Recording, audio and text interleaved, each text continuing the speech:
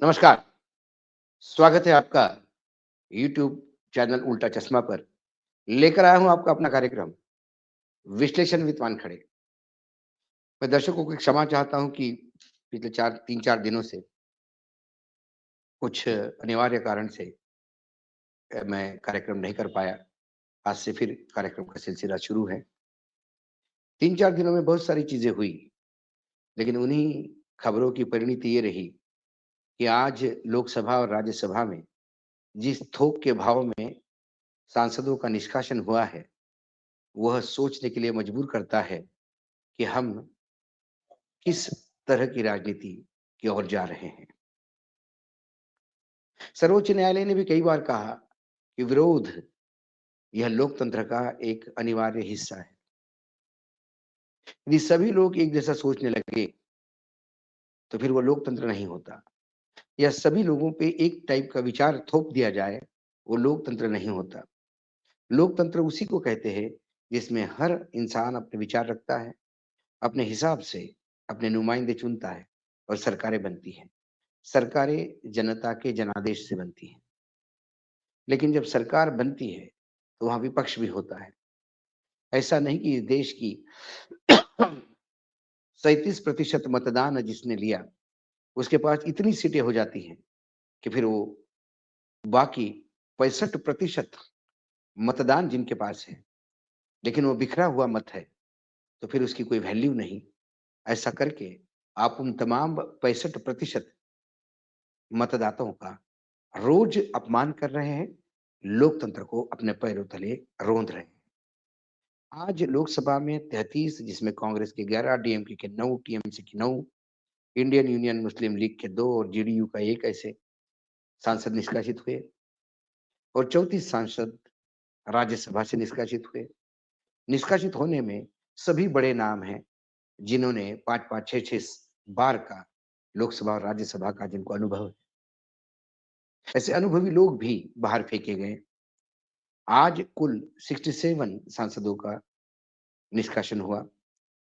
इसके पहले 14 तारीख को 14 जन सांसदों का निष्कासन हुआ और फिर बाकी निष्कासन पकड़ के कुल 97 सांसदों का लोकसभा और राज्यसभा से इस सेशन में, विंटर सेशन में निष्कासन हुआ है। उनका गुनाह क्या था? उनका गुनाह ये था कि वो जम्मू कश्मीर को या पीओके को भारत का हिस्सा क्यों बताया जा रहा है, ये विरोध का था। उनका ये विरोध इसलिए था कि क्या वो राम मंदिर बनना नहीं देना चाहते थे। उनका विरोध इसलिए था कि वो चाइना को ज़मीन अलॉट करवाने के लिए पीछे पड़े हुए थे।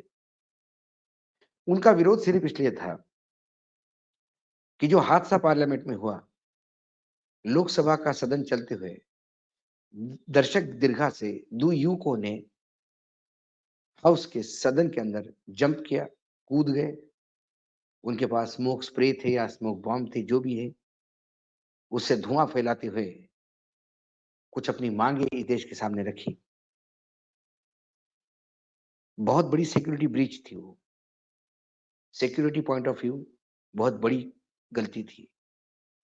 आज वो स्मोक बॉम्ब लेके आए, उसके जगह पे यदि वो कुछ और चीज़ ले आते, बम ही होते, विस्फोटक होते, तो आज कई लोग जान से हाथ धो गए होते।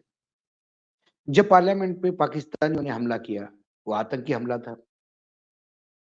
लेकिन आज जो कूदे, वो लोग कौन थे? वो बच्चे कौन थे? इसी भारत के बच्चे थे। उनकी माँगें क्या थी? वो किसी आतंकियों को छुड़वाने की बात नहीं कर रहे थे। वो किसी के कर्ज़े माफ़ करने की बात नहीं कर रहे थे।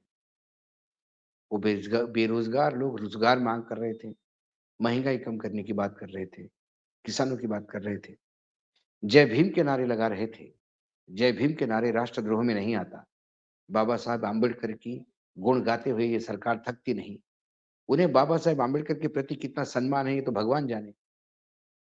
लेकिन हाँ, बाबा साहब के नाम पे दलित वोटों पे ज़रूर नज़र रहती है, इसलिए ऐसी फ़ॉर्मेलिटी होती है। नहीं तो जय भीम का नारा लगाने वाला राष्ट्रद्रोही नहीं हो सकता।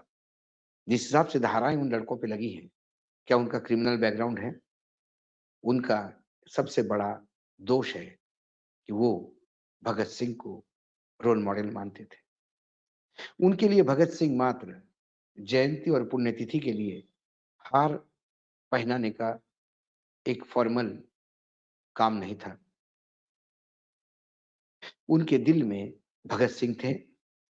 भगत सिंह ने जो काम किया, वो इंग्लैंड की बहेरी रानी को भारत की तकलीफ सुनाने के लिए, वो कान खुले करने के लिए वो विस्फोट हुए, जिसमें कोई जनहानि नहीं होनी थी, ये उन्हें भी पता था। वो भाग सकते थे, लेकिन वो पकड़े गए।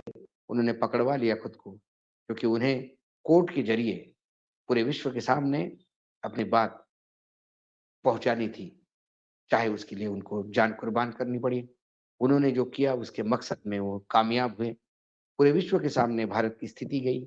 कोर्ट में जो बहस हुई, उसमें जो भगत सिंह से लेकर सभी लोगों ने जो अपना वक्तव्य दिया, आज वो एक ऐतिहासिक दस्तावेज़ है। यदि पढ़ते हैं तो रोंगटे आते हैं। फांसी का फंदा चूमा। क्या आज भी देश के युवाओं को ऐसा लगता है कि वर्तमान में सरकार तानाशाह हो गई है, अंग्रेजों जैसी हो गई है, जो किसी की सुनने को तैयार नहीं है, जो सिर्फ सिर्फ अपना प्रॉफिट देखती है, अपना लाभ देखती है, सिर्फ मन की बात करती है, जन की बात नहीं सुनती। 700 किसान मर जाते तो उन्हें फ़र्क नहीं पड़ता। जब चुनाव आते हैं तो ही कानून वापस होते हैं। पुलवामा किया जाता है या करवाया जाता है भगवान जाने, लेकिन उस शहादत पे भी सत्ता की रोटी सेकी जाती है। ये हम देश ने देखा है। जब कोई किसी की बात ही नहीं सुनता, तो ऐसी बहिरी सरकार को सुनाने के लिए उन्होंने एक प्रयास किया, जो गैर कानूनी था। मेरे हिसाब से ये महात्मा गांधी का देश है, यहाँ हिंसा को जगह नहीं, लेकिन उन्होंने हिंसा भी नहीं की, इससे कोई किसी को हानि नहीं पहुंची। लेकिन आज वो जेल के सलाखों के पीछे है, देशद्रोह का उसके ऊपर मुकदमा है। आज उस ब्रीच ऑफ सिक्योरिटी के लिए संसद सदस्य चर्चा करना चाहते थे, प्रधानमंत्री का वक्तव्य चाहते थे, कम से कम गृह मंत्री का वक्तव्य चाहते थे। गृह मंत्री, प्रधानमंत्री दोनों गोदी मीडिया में जाके अपनी बात रखते हैं, लेकिन पार्लियामेंट जो जगह है, जहाँ देश के करदाताओं के करोड़ों रुपए खर्चा होते हैं, जहाँ उनका दायित्व है जवाब देने का, वहाँ जवाब देने से भागते हैं। और जब विरोधियों के पास कोई चारा नहीं होता, फिर वो विरोध करते हैं, घोषणाएँ देते हैं, तो फिर वो निष्कासित होते हैं। क्या हमारा सदन अब पार्लियामेंट का मोदी, मोदी इस नारों के लिए ही बचा है? अगली बार मोदी सरकार, तीसरी बार मोदी सरकार, क्या ये नारे सुनने के लिए ही ये सदन है? लेकिन बेरोज़गारी, किसानों की, जो हमारे देश का मज़दूर है, गरीब है, पिछड़ा है, उसकी बात करने का प्लेटफ़ॉर्म नहीं हो सकता? क्या ये किसी घमंडी राजा का दरबार है, जहाँ सिर्फ़ भाटों की नियुक्ति होती है, वो भी राजा का महिमा मंडन करने के लिए? क्या इस राजा के दरबार में एक भी ऐसा विदुर नहीं, जो राजनीति का पाठ राजा को पढ़ाए? आज का निष्कासन, ये लोकतंत्र की हत्या है। क्या हम वही घोषित आपातकाल की तरह जा रहे हैं? आपातकाल में भी यही था, बोलने का अधिकार नहीं था, बोलने पे सज़ा थी, सवाल उठाने पे सज़ा थी, सरकार को बुरा कहने पे सज़ा थी। क्या आज वही अघोषित रूप से चल रहा है? जो बोलता है उसका निष्कासन होता है। महुआ मोइत्रा सिर्फ़ अपना पासवर्ड एक कॉर्पोरेट हाउस के साथ शेयर हो करती है।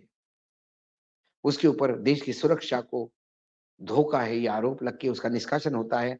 उसके ऊपर बाकी सीबीआई से लेके तमाम केसेस होते हैं। लेकिन जिस उद्योगपति के पोर्टल से या आईपी एड्रेस से सवाल डाले गए, वो मात्र प्रधानमंत्री के खास नज़दीकी लोग होते हैं। इसलिए उन पे एक्शन नहीं होती।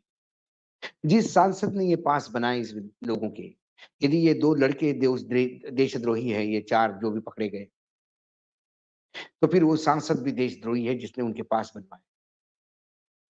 लेकिन वो बीजेपी का है तो उसको सब अलाउड है। यदि आप भाजपा का चोला पहने हो, तो आपको वो सुरक्षा कवच है, जिससे इस देश का कानून, इस देश की पार्लियामेंट, इस देश की एजेंसियाँ आपके सामने नतमस्तक होती हुई दिखाई देती हैं। संविधान उसके यहाँ नतमस्तक होता है, क्योंकि उसे भी अब ताकतविहीन बनाने का प्रयास हो रहा है। आज ये निष्कासन विपक्ष पार्टियों का नहीं हुआ। डिसिप्लिन यदि ये है, तो फिर विधुड़ी ने जो शब्द बोले, उसके लिए विधुड़ी का भी निष्कासन होना चाहिए था। हमारे यहाँ व्यभिचारी और भ्रष्टाचारियों का सम्मान होता है और गरीबों की आवाज उठाने वालों का दमन। उस परंपरा में 2014 में जो शुरू हुई, उसकी आज एक नई कड़ी थी, जहाँ 67 33 लोकसभा और 34 राज्यसभा के सांसदों का निष्कासन हुआ पूरे सत्र के लिए। ये बड़ी खबर थी, मुझे लगा आपके तक लाना ज़रूरी है, इसलिए आज इसी पे विश्लेषण। फिर आऊँगा कल किसी विषय के साथ, तब तक के लिए नमस्कार। लेकिन देखते रहिएगा यूट्यूब चैनल उल्टा चश्मा।